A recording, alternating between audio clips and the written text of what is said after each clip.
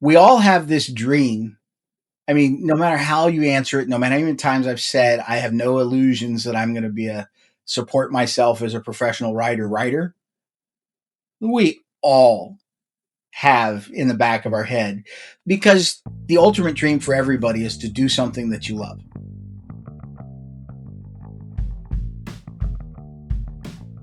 Hello, folks, and welcome to Author Adjacent, a show about the journey from hobbyist writer to professional author. I'm your host, Michael Vadney, and today I have a new guest, E.L. Montague, the prolific author of nearly 20 books, maybe more, I'm not quite sure, but we're going to get there, with his latest being The Incident of the Peeling Head. Welcome to the show, Ed. Hello, everybody. Again, as you said, E.L. Montague. I write a lot, but I have not published 20 books. It's up there. I was looking at your Goodreads. It's so 17 plus, I think. It's 17, but on Goodreads, that records everything I've been in. Mm-hmm. And like I had Heirs to a Flawed Creation translated in Spanish. So I don't think I get credit for that one twice. Okay. So it's Heirs to a Flawed Creation and Herederos de la Crema, something or other. Yeah. So I've got it in Spanish and English, and it gives me credit for both of them. Okay. What I have published as E.L. Montague is 8 books. Mm-hmm. And then I have a 9th coming out in a couple of weeks. Nice. So that's the story. Not 20, but the pace that I write at will be there soon enough. I'm going to say, you do have books other pen names as well, and I think you write under more than one pen certain name. genres, right?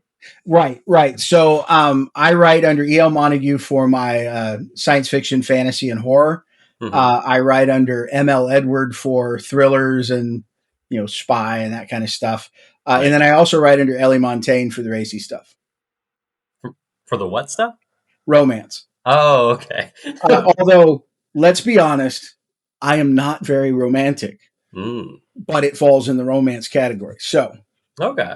Hey, I like to dip my toes into a romance. Like, it's nice to dig into every once in a while. It would be a fool to say that there's no merit in romance, since romance makes up 60% of the fiction market. Oh, yeah. It's like huge. 60% of fiction is romance, and then 40% is everything else. Yeah. Which is absolutely wild. Like, romance readers are voracious readers. One, they read a ton. Rush books. There's a ton of material out there, and they really created a lot of the standards that we all live by. So, it may not be your cup of tea, but they created the industry that the rest of us are living on. So I certainly can't snub my nose at them. I did not know that, actually. Can you elaborate on that? I'm not very familiar. So, if you go back to Mary Shelley, who wrote Frankenstein, which was the kind of the burgeoning of horror, science fiction, fantasy, they all kind of stem out of that. At its core, it's a romance. So, when you get right down to it, they started that. Lots of Shakespeare's work is all romance and tragedy. You go back to the Greek plays, lots of romance. So we certainly can't complain about that. And then, of course, when you get to trade fiction, which is where most of us spend our time, it was the dime store novels, and they went to they were primarily targeted to women and young men, and that's where it got started. So I'm not saying that as an authority, but you will find romance novels as far back as you find novels. Yeah. And even if it's not a romance novel, like, so many novels have romance as, at the very least, a subplot. Oh, yeah. Well, it's a great motivation. I mean, the one thing that we know is uniquely human is that we will couple, we'll pair up. That's our essential unit is a pair. And that's not true of all species. Not all species pair, but all humans pair. Now, there's obviously changes in that, and it's not permanent and all the rest of that stuff, but it's a very human thing to find somebody and then sacrifice for that somebody. And even when you look at war novels and monsters and all that, it's usually one part of the pair protecting the rest of the family unit from something, whether they have to go to war or defend an animal or whatever. It's all about taking care of the family. So Yeah, I'm a it's big, it's it's very universal, very yeah, relatable, and that's why a lot of people throw it in there because it's so understandable. yeah. And it's actually kind of the core of what I write is I write a lot about families. One of the things that you'll notice in my stories is I don't write a lot of loners. No, I've heard this on other podcasts before, and I thought about this while I was reading The Peeling Head. If I recall correctly, all of your books have three things. I think it's a gangster, a prostitute, and violence.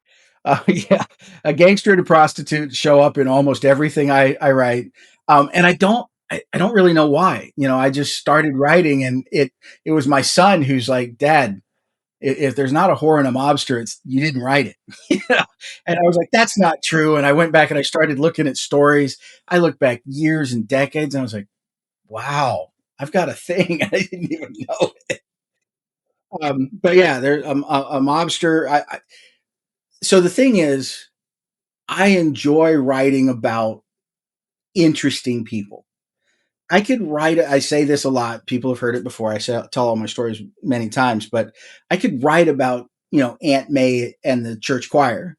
It just isn't going to be a very interesting book unless Aunt May murders the choir director, whatever. Um, but that crowd doesn't normally become too interesting. I want to talk about the people that are doing what they're not supposed to do and breaking the rules and something that is essential to the American ethos is this whole independence thing. And the place where you get the rule breakers is the lawbreakers. Conformity will do a lot for you, but it won't make you a standalone. And so I like criminals. They fascinate me.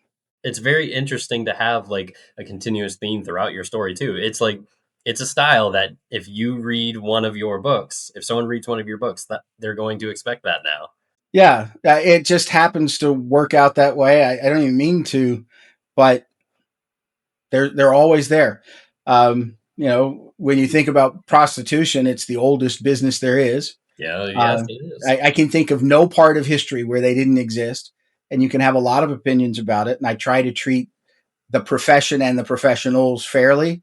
Hmm. Um, there's obviously a certain amount of uh, watching about that, but I'm not really doing it because I want to stare at prostitutes. It's that I'm trying to talk about interesting people that are on the edge of what is accepted, and they're a good category.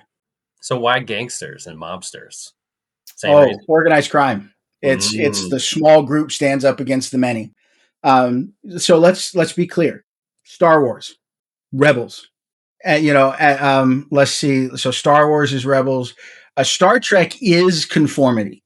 But when you think about it, the Enterprise is a small team that works together against the forces of the world.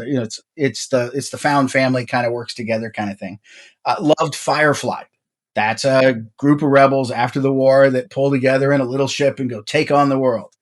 And so when you think about mobsters, it's usually a small unit of people that pull together a group of skills and then go fight the system.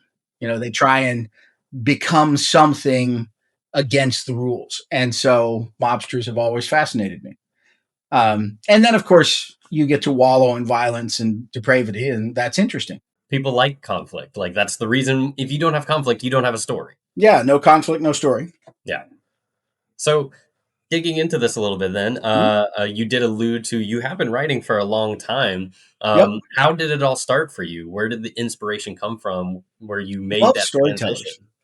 Oh, well, so my father was a preacher. And so I got lots of stories that way. But I just love storytelling.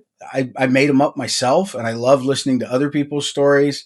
I like to read stories and go the places those people go, and the ability to just put something in someone's mind has been fascinating to me my entire life.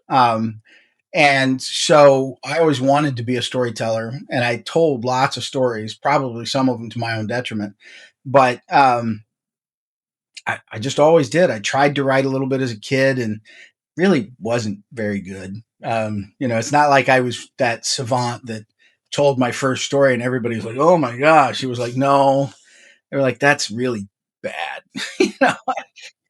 And then you learn and you grow up a little bit, and I tried really hard in college to get a start and discovered that it's a pauper's farce to get into literature and try and make a go of it. There's always that one guy or girl who, J.K. Rowling, more money than the queen, but she struggled a lot.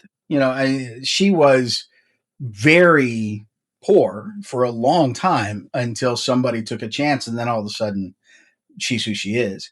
Um, and she had the talent long before she had the sales. And you think about George R. R. Martin. He was a mid-lister for 30 years before somebody picked up Game of Thrones and he became George R. R. Martin. And you hear these stories of all of these people telling the way that they got started, and none of them are, I walked out of high school, okay, Christopher Paolini. Yeah, Um, a very rare example. but Christopher Paolini is also a story of hustle.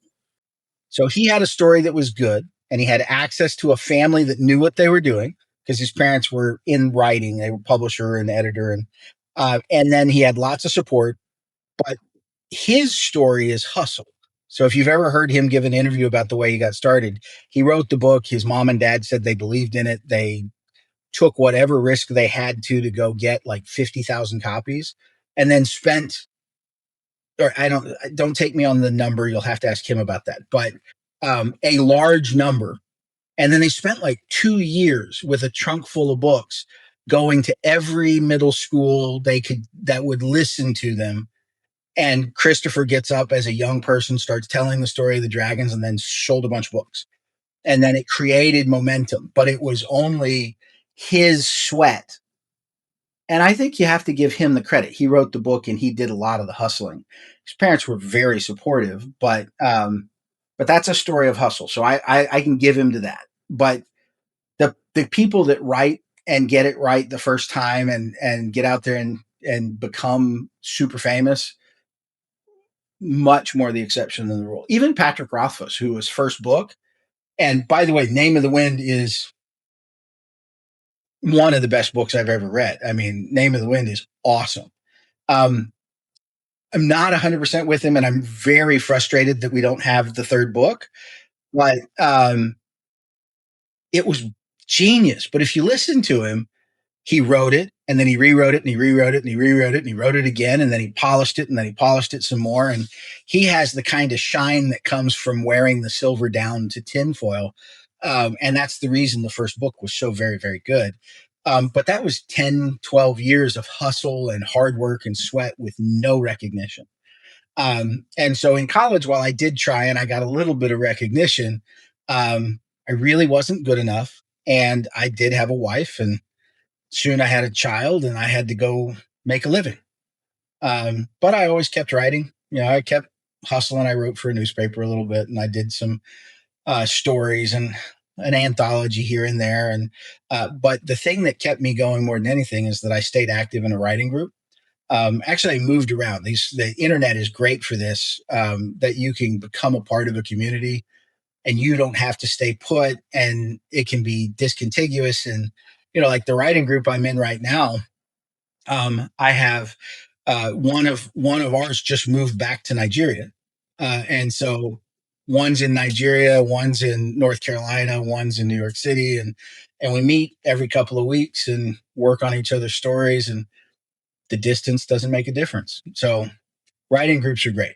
I cannot sing enough praise for writing groups. I talk about it all the time. I was in one when I lived in Dallas until I moved last spring, and my writing, like the skills I have picked up in the last few years with them, would not be the same without them. It is just incredible how effective a writing group can be, assuming you find one that works really well for you. I'll tell you another story about that. Just the same as relationships aren't always permanent, writing groups aren't always permanent. They, much like good schools and other things, Um, you need to find a place where you are not the best writer, and you're not, you have a place to grow, and the people around you are better than you. And so you can be accepted. You're not too far off of their skill level, but you're also not, you're not the one holding up the rest of the group. And that's true for two reasons. Because on the one hand, you will frustrate the people who aren't as good as you as much as they will frustrate you holding you back. So as you grow, when it's time to change writing groups, that's okay. You're not hurting them. They're not hurting you. You were together for a time that worked for everybody. The biggest thing that's important about a writing group is that they encourage you to write. So, and here's what I'll tell you: if you find yourself wanting to create something for your friends in the writing group, that when it's time to be turning in your material, you're anxious to turn it in, then that's good. And when they have something to tell you about what you're writing, and you're anxious to hear what they have to say, that's good. But if you ever find yourself in a writing group where it feels like a burden, you don't, you'd rather be doing something more challenging or different. And when you pick up the other writer's materials, it's not a, okay, let's see what so and so has to say today. When you pick it up and you're like anxious to see what they're doing, and those are exciting writing groups. But if you find yourself at a point where the people that you're working with, you're not at the right level, that's not a judgment against them. It's not a judgment against you. It's just that you're at different places in your growth. So be a part of writing group, be an active part, take advantage of it. And when you find out that it's not working for you anymore, find another writing group. But don't find nothing, because that's the thing that I've discovered about writing groups is you write more. You said that I write a lot. One of the things that helps is if you have people that can read what you write. Um, I've got a couple of people. It's not even like a writing group. I just have a couple of people that like to read what I write. Every day when I'm done with my writing, I send it off to two or three people. I mean, they get first draft, straight alpha. Just look at what I did today, and you get a little pat on the back and a ego boost, and you're anxious to put out the next block of work. The demand it puts on your work, especially for like early authors who are still trying to like ramp up their skills and trying to like get that motivation and that discipline to continuously write and have the wherewithal to make sure that you're consistently putting out work. Having this small group of people expecting it from you just makes a huge difference for a lot of people. I know it Oh, did for me. such a good difference, especially when sometimes they're the ones that tell you you don't suck, because no one can become great at something they weren't willing to suck at first. You have to be willing to be awful and take your finger paintings to mama and hope that she's going to tell you you're okay.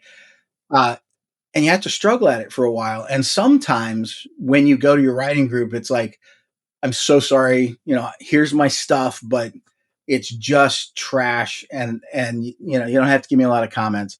And I'm like, I don't know what you're talking about. This is great. I'm really interested in what's going on here. And then they can separate the good from the parts that are frustrating you and maybe help you with the parts that are frustrating you. I've done that for people and had them do it for me. And so I absolutely encourage people to participate in writing groups. Oh yeah. And there's also the aspect of just not doing it all alone because so much of writing is very solitary and that can be very crushing for a lot of people. If you notice, there's wear on my cheap leather here, Yeah. and that's all from I sit right here. I go through keyboards on a regular basis, regular couple of years, 3 years.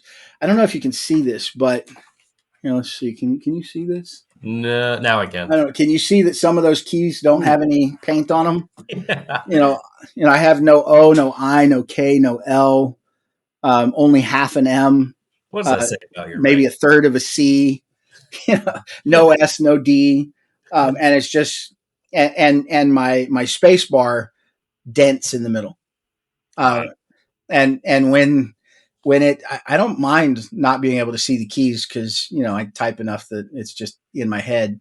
Yeah. But when I break it, I'll put in a new keyboard, and that happens about every 2 years.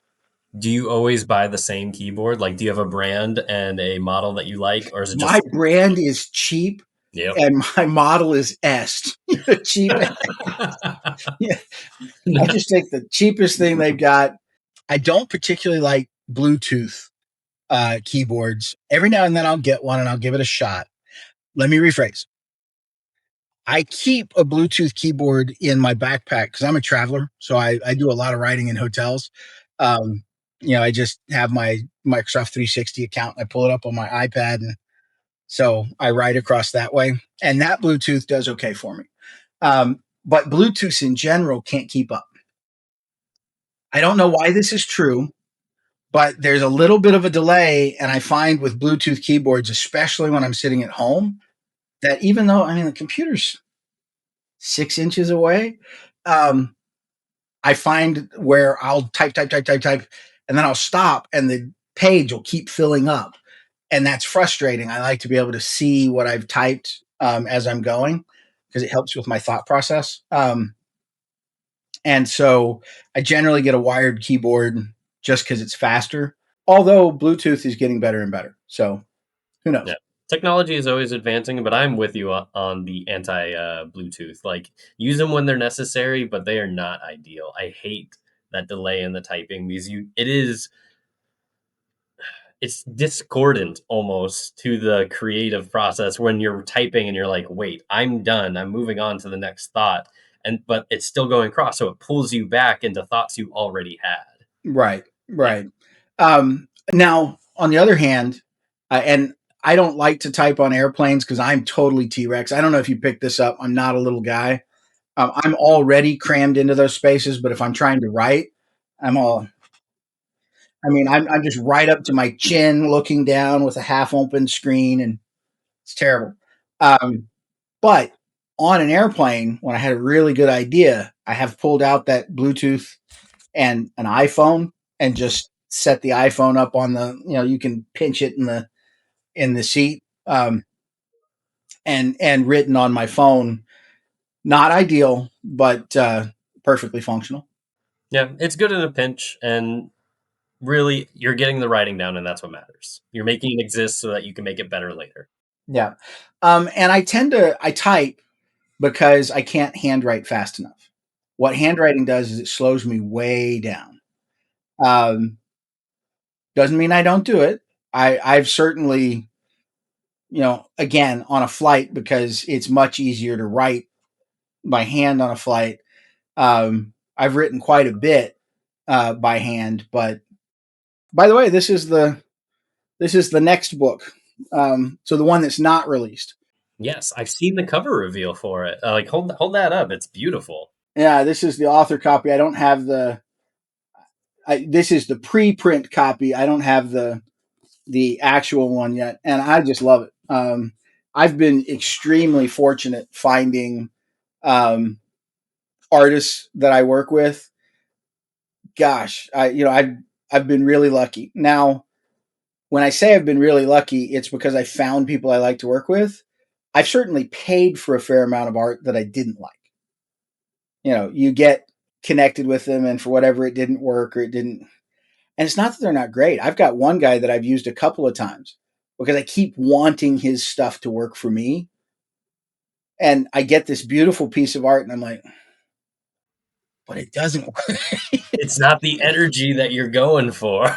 um, yeah, it just doesn't quite catch the vibe. It's Yeah. it's wonderful. He's a great artist, and I would certainly. I love what he does. I keep wanting. He's trying to force that thing to happen. That's just not.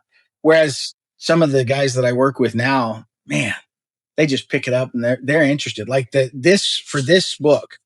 Um, when I work with artists, I will tell them what I'm looking for, and I'll give them a scene so that they can get a vibe and just say, tell me what you think. For this guy and the one that did the incident at Peeling Head, those are different artists, by the way. Um, they got the scene and they're like, no, just give me the story.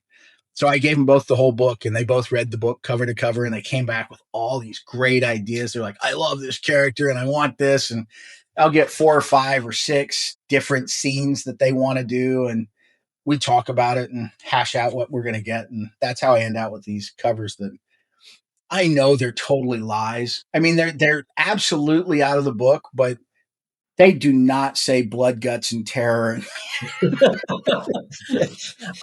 Yes, the first time I ever saw the cover of your books, I love all the art of them because you use several different artists depending Right. on the style that you're going for your covers. Like we've talked about this a little bit online, but I've looked at your books and they're beautiful. I absolutely love their art. They They skew pop. a little young visually. It's not always young, but there is more innocence in the art than there is on the page. That is for sure. That is for sure. like I read Incident at the Peeling Head, and it is very violent. There Oh, is page 2, sex, he's flaying violence. somebody. I know, and it's like there is nothing that is hidden from the reader in that experience. Like these are That's sadistic people that's doing. not the way I write.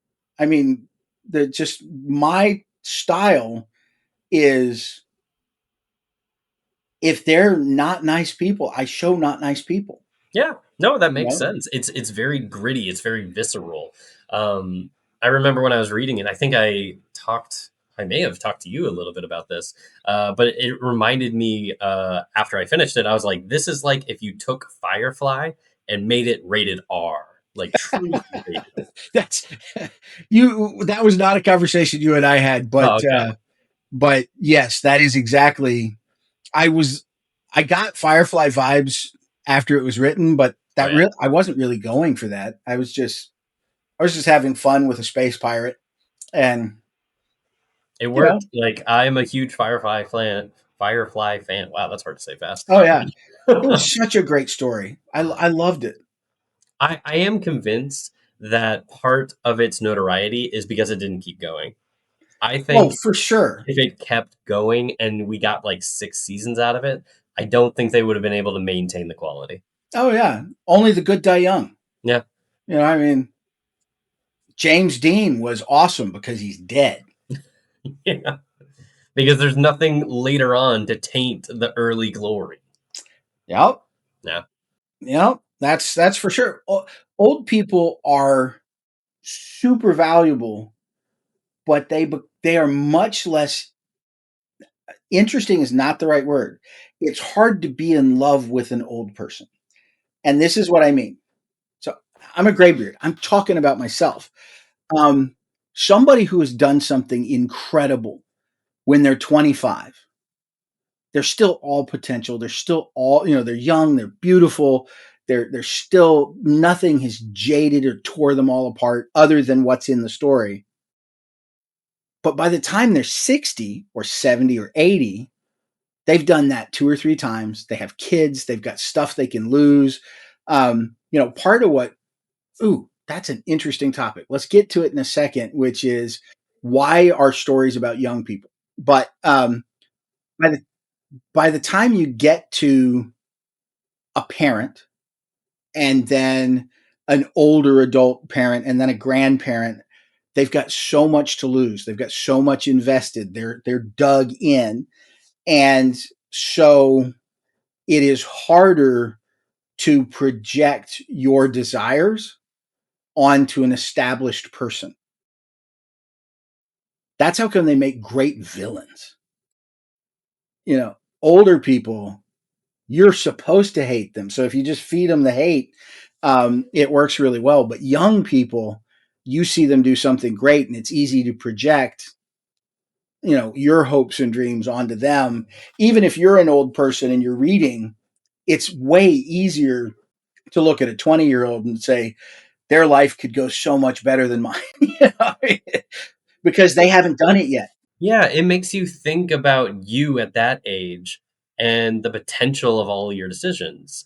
And like that's why people are so obsessed with when like people graduate high school and they're getting ready to go to college or do whatever you want, everyone is so fascinated with that person and like, what are you going to do with your life? What is the next step for you? Because there is all of that potential and that excitement of possibility, because nothing is set in stone. Nobody is in the track of their life that they've been stuck on or riding the same road for years. They can Right. go anywhere. Right. Yeah. Right. And that's actually something that I try and do with my stories. And that's the reason it ties into this question. Mhm. I know you didn't ask the question, but No, we're you're going to fine. act like you did. Open discussion. Go. Um, One of the things that I want out of my stories, beyond them being, you know, you said visceral. I like visceral. That's a good word. We'll keep it. But gritty and realistic. I want to present an authentic image. Um, but I also want to present authenticity is across the spectrum. I want to write children, and I want to write young adults, and I want to write parents, and I want to write grandparents and stuff. One of the things that you'll also notice in almost everything I write, there are children, and there are mothers, and there are old people that have things in their life, and that's because stories aren't about 20-year-olds. They are, but it's not exclusive. So let's get back to the question of why do we write about young people? It is so when you write a child, so let's say 15 and under, they're all potential. They're 100% potential. They haven't done anything, they haven't been anywhere. When you write like middle grades and younger, 100% potential. They're just a seed. They're a dream. When you start talking about like middle schoolers and young teenagers, what they are is the cusp. They're like a sapling. They're the cusp of a person. So they might be strong, they might be smart, they might be beautiful, they might, they might have all those things there, but they still haven't done anything. Nothing's earned, everything's potential. They still need protection and coverage. And so you can see them branch out and do a few things. And when you get to older teenagers and young adults, so it's like that 15 to 25 crowd, what you get is fully developed human beings with training and no experience. So you get to talk about that. You get to talk about first time of everything. It's not just that you get the first time, but it's all first times. The first time they drive, the first time they kiss, the first time they have sex, the first time they fight, the first time they see somebody die. Everything's a first time. So you get to talk about all the experiences, and you get to see the moment where things start to come apart, both for the good and the bad. And you get to see people pull apart from each other, where they go down different paths and they don't fit together anymore. So you can see the origin and the outcome in that band of people. And so it's all very interesting, and it's all very simple. That's another thing about storytelling, is when you're talking about that group, you don't have to talk about the 9 million other things. They don't have taxes. They don't have a house. They don't have kids. They don't have a job. They don't have a boss hole. They don't have, just all the things that make the simple problem of, do I get in that fight? Do I kiss the girl? Do we go on the date? Do we, whatever. It's isolated because there's nothing else to win or lose. Um, and then when you start talking about the middle aged people, so that 25 to like 40, what you're talking about is people who still want everything that the 25-year-old wants, but they have stuff to lose. So they're now making trade-offs and sacrifices. And, if I do this, then I can't do that. And if I do this, I'll hurt that person, or I'll limit my kid's chances, or I can't go on the big adventure because I've got a toddler that I need to watch after.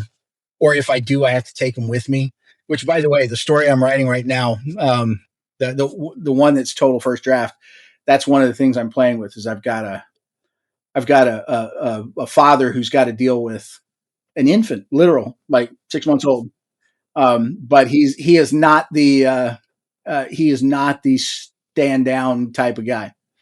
Um, Actually, it's really cool because the mom wants to kill the baby and the dad wants to protect him, and she thinks he's cursed and evil. And and they oh yeah, it's it's lots of stuff. Well, and the thing that he's going to have to do, I'm totally telling you stuff that you know he's going to end out attacking her father because he hasn't been paying his taxes. So these are rulers, and he's going to go to war with her father, and she's trying to kill their kid, and it's a lot of fun. There's a lot going on there. Yeah, Yes. yeah, That's super exciting. No, yeah. So that's the story I'm writing right now. As I'm you're, getting it, because that's the other thing we're going to talk about it in a little bit. Is I don't stop telling stories. yeah. I get to the end of a story and I'll start writing another story while I let it rest, and then I'll come back and I'll edit and I'll work on it, and then I'll go back and I'll work on something else. Um, and even though I'm in a constant cycle of trying to improve the thing I've got, I'm also in a constant cycle of feeding the pipe. Yeah, that's really the way to go because I feel I've talked to a lot of people that like wrote their debut novel and they ride the high of the release and everything that they have to do for it and throw themselves into it. And what happens to a lot of them is it's not quite burnout, but like they can't recover from that high well enough or fast enough to just go into the next project. So the advice I've been given a lot is just don't stop. Just keep going into the next one. If you're waiting for this one to be edited, start thinking about what your next project is. You should you should never have dead time, and that's the reason that I write under multiple names, multiple genres. Is sure I can get burned out with the Temra, but Near Earth is awesome. I can go do that, or I've got a spy thriller. He can go. Actually, he's kind of local, working as a hired assassin, and anyway, but I can go spend time with I can go spend time with Pete and Maisie. Those are the two main characters in that one, Peter and Maisie. Or I can go spend time with Captain Stone, or I can go spend time with Detective Hernandez, or Cautionado. Did you read? What have you read of mine? So far, just the peeling head. Just the Peeling Head. Yes, that's when you Um, started coming on my radar. Is when I started tuning into Bald and Balding, and then I saw you in the comments section, and then I saw all the advertisement for the peeling incident at the peeling head. I'm like, you know what? I'm going to check this out. And honestly, super floored. Absolutely loved it. I'm Uh, glad you liked it. Fan. Tell you what, if you pick up Heirs to a Flawed Creation, that was the first book that I started publishing when I came back out. It's a collection of short stories, so they're bite size. Um, nothing is over. I think the longest story in there is 15,000 words, so that is technically a novella, but most of them are about 8, 9, 10,000 words, um, which means they're like 1 hour sits. Uh, and if you get in there, you'll get a flavor for the androids in that near Earth world. So um, the incident at the Peeling Head is in the near Earth world. Um, and she's just one story. That's the thing that I love about creating a world. I've got all kinds of stories. In Near Earth, I have a spy thriller. I have a hard boiled detective. I've got a romance. I've got a mob story. All that stuff going on in that world, all at once. And I've also got aliens, and I've got monsters, and so I can go to Near Earth and write anything I want to write. I mean, anything from any part of the spectrum. I can write the story anytime I want. And then when you go to the Temra, it's a whole world. I mean, it's literally 25 or 30 nations, multiple continents, different needs and wants. And of course, I can tell all my stories from the Magi, so from the side of the magic wielders, and from the commoners, because it's a story about the rise of the commoners and overthrowing the Magi, and then the Magi becoming the oppressed and having to win back and create balance between the two peoples. Um, so there's a ton of storytelling that can be done there. As a matter of fact, what you'll see is each of the four novellas are a different story thread. So those are main characters or those are characters that become significant in the main storyline. Um, and even this novella, this, or not novella, this novel, that character, actually both of them, but the girl is Cantalera. She becomes an important character in the main storyline, but she gets her own trilogy, and she's from a different part of the world, and so she's a whole set of stories. So I can write forever in these worlds. Um, and then of course I've got some modern day stuff, and when we switch over to thrillers, and I've got an assassin, I've got a mobster, I've got, yeah, I mean, so when this goes back to the story of what do you do as soon as you finish one story, pick up another story. And you should be, at any given time, you should be actively telling a new story, fixing an old story, polishing a story to get ready for publication, and thinking of the next story kind of all at once. It's a big jumble. And then you never end. Yeah, I'm in the middle of that right now. I'm going through the final edits of my debut these next few weeks, but I'm already starting the next story. I've already started the world building and the outlining, and I can't wait to get to that. I'm building excitement towards it, and I also have the excitement of what I'm working on right now. So as soon as this like crests and starts to crescendo, or not crescendo, to recede, I can go to the next story and just jump onto that one and be like, oh, this is super exciting and it's different and it's not what I've been doing this whole time. So you can stay refreshed. Well, so there's something else to that too. Um, we all have this dream. I mean, no matter how you answer it, no matter how many times I've said I have no illusions that I'm going to be a support myself as a professional writer, we all have in the back of our head, because the ultimate dream for everybody is to do something that you love. Now I happen to be fortunate. My day job is one that I enjoy doing. I'm very good at it. I like the people that I work with. I feel like I can be successful, so I have a good life. But if I could wake up every day and go play with my characters and, you know, get involved in artwork and, creating, that's the dream. That's good stuff. I'd love to do that. So, if you know that, then that means you also know writing is a job.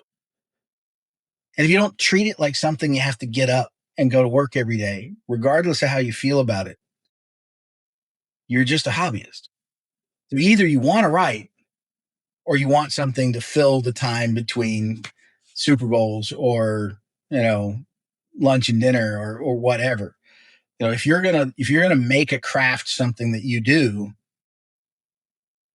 it I wholeheartedly agree with you.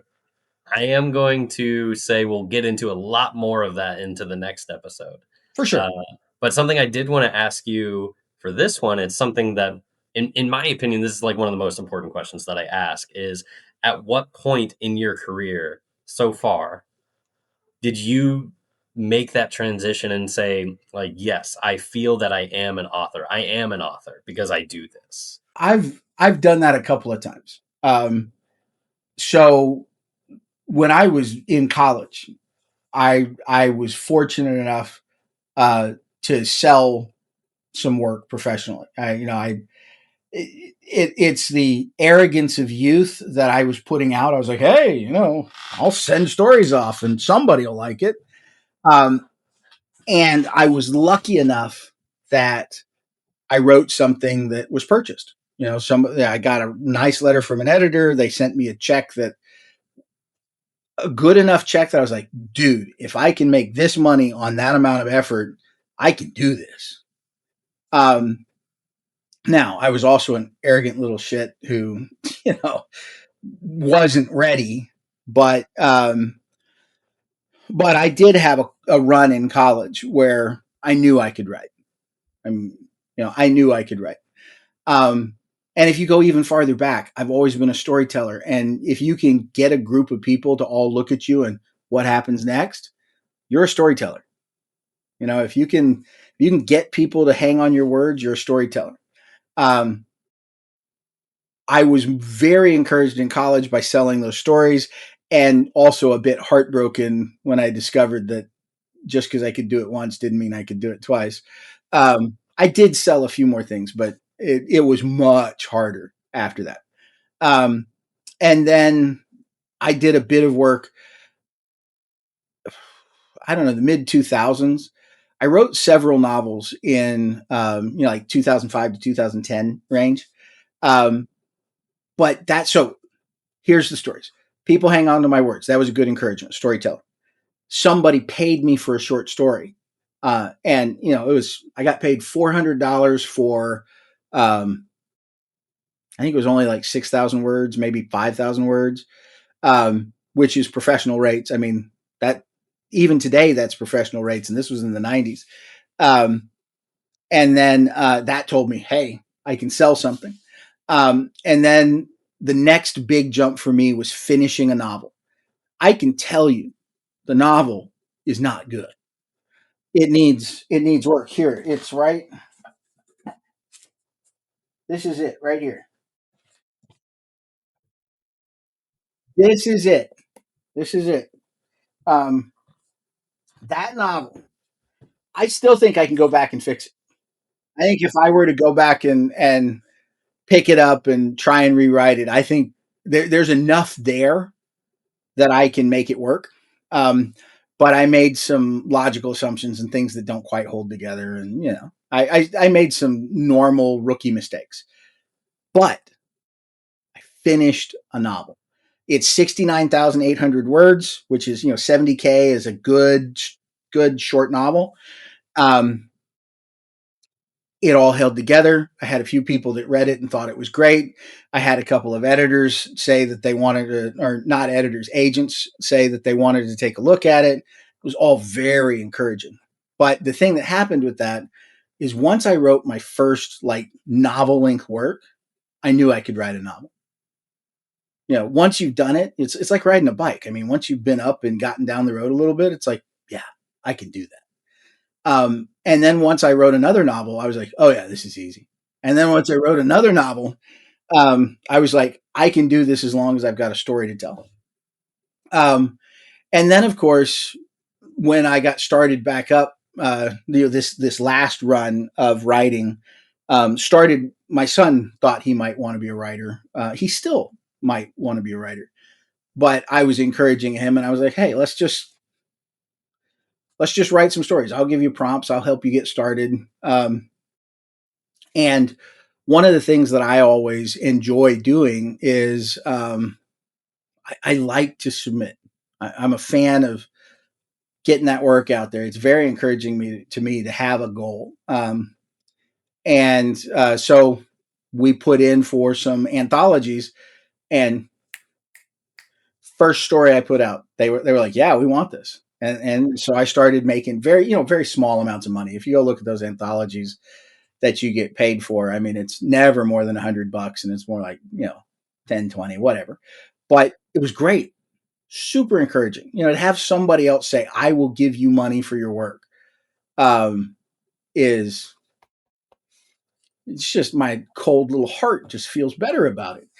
Um, but even then, just getting accepted into an anthology, nobody gets paid anything. Just we want you to be a part of our group. Super exciting. So to anybody that puts out anthologies, everybody who does the work, you're doing God's work, giving people a place to get started and get that encouragement. It's awesome. Buy anthologies when you get a chance to see them. They're a great way to get a bite size. It's like trick or treat. You go out and get an anthology, and maybe you get a Snickers and maybe you get a Smartie, but hey, you get to try new things. Um, like the one that came out as a GoFundMe 2 years ago. I think the winter one that had like, oh, I got that one, and every story that came out, I was waiting on tenterhooks to get it because I bought the audiobook. I paid the extra and got the audiobook on that. Just couldn't wait for it to come out. It came out. I listened to it, and I was like, man, that's great. And it introduced me to like 25 authors, and it was great. I Yeah, really that's enjoyed it. one of my favorite things about anthologies is it gives you a quick chance to try a bunch of different people's writings. And anthologies are hot right now. Like there's the Ethos one that's out right, like get on Kickstarter. There's Honor that's on Kickstarter. There's the Book of Spores that's on Yeah, I was gonna Kickstarter. say the Book of Spores is the one I'm aware of right now, but Yeah, Yeah, there's a good little collection of them. It's a great way to get bite, little tastes of what people do. So to everybody that puts out an anthology, good on you. Nice work. We really appreciate you making a space. And as an author who's participated in anthologies, um, I can tell you it's a great way to meet people in the community. Because once you've been in an anthology together, a lot of times those things are cross read. So it's not like the first pass anyway. I submit a story, but then part of what I do is like you got accepted. So I read your story, you read my story, we make recommendations, and then as a group, it kind of pulls together.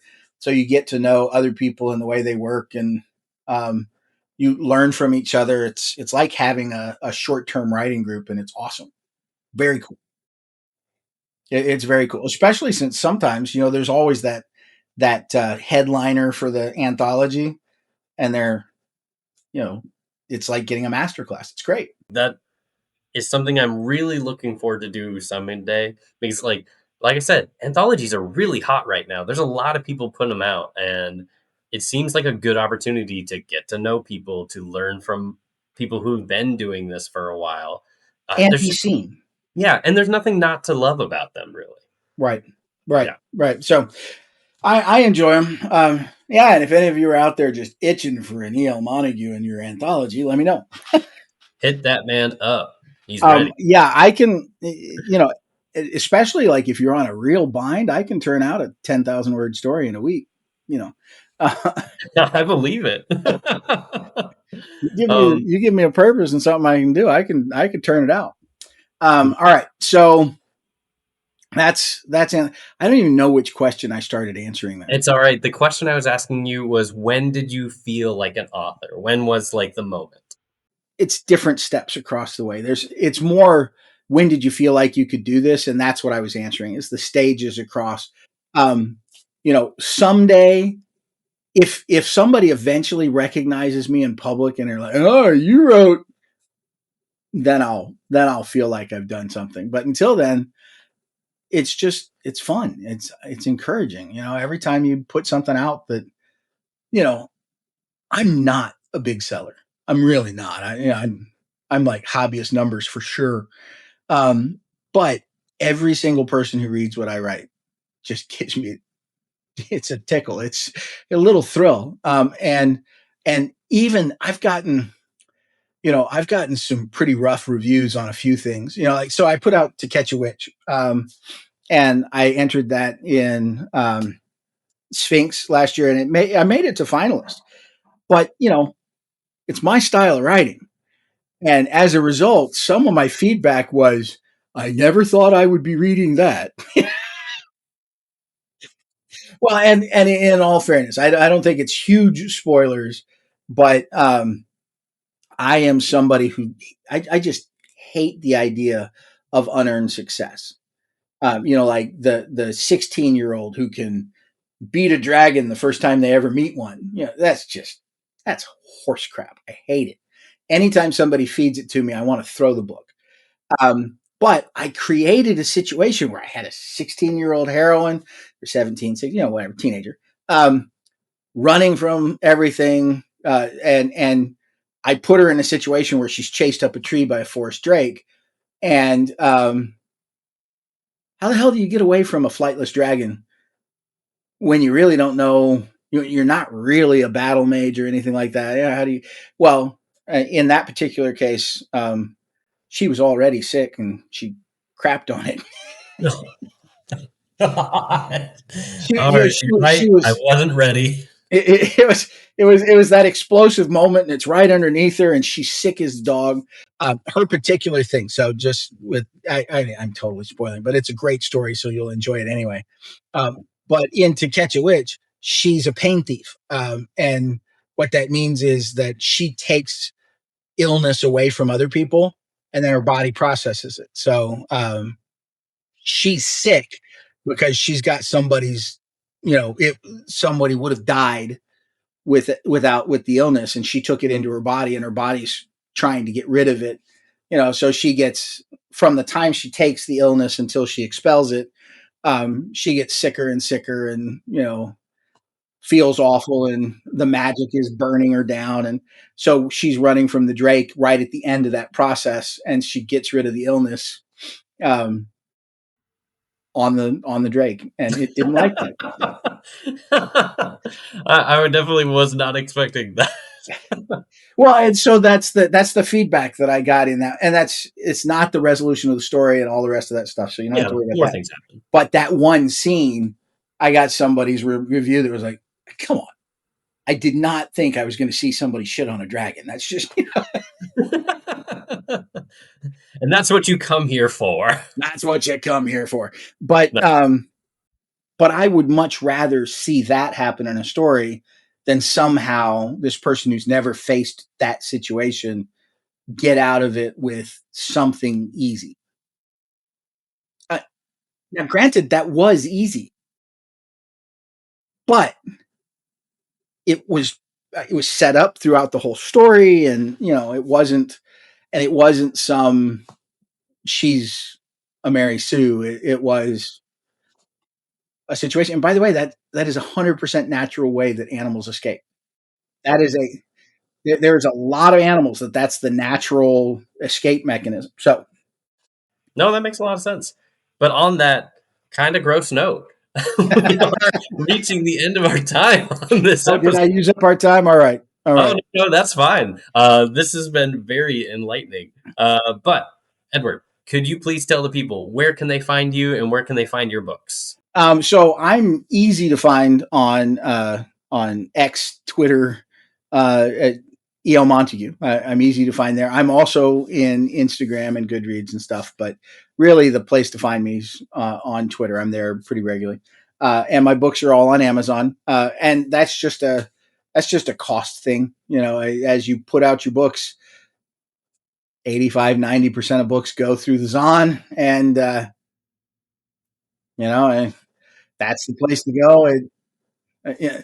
Now, if at some point there's going to be a huge material difference where I can publish in another way, and it'll be to our interest overall, hell, sure, I will go a different route. But for right now, especially for people breaking in, um, that's the way to go.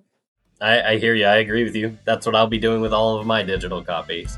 Yep. But, Edward, thank you again for coming on to the show today. And we will have you back on next week where we're going to be talking about writing resilience and digging a little more into that. For sure. But, folks, until next time, let's be author adjacent together. Have a good night. Thanks, everybody.